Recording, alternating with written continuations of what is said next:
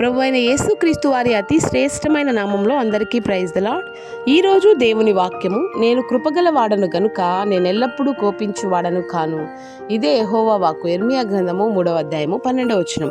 అవునండి, ప్రభు వాక్యం సెలవిస్తోంది, ఆయన కోపము నిమిషమాత్రముండును, ఆయన దయ ఆయుష్కాలం అంతయు నిలుచును అని రాయబడింది.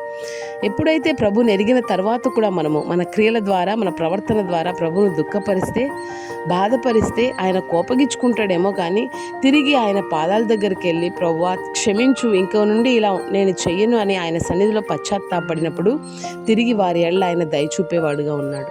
అవునండి, అతిక్రమములు దాచిపెట్టువాడు వర్ధిల్లడు గాని వాటిని ఒప్పుకుని విడిచిపెట్టువాడు కనికరం పొందును అని రాయబడింది. ప్రభు కనికరం దయాను పొందుకోవాలంటే ఇప్పుడే ప్రభు సన్నిధిలో పశ్చాత్తాపడి నీకున్న ప్రతి బలహీనతలు వదిలిపెట్టి ప్రభువు కోసం బ్రతికినట్లయితే దేవుడు నిన్ను దీవిస్తాడు. దేవుడి మాటలు దీవించును గాక. ఆమేన్.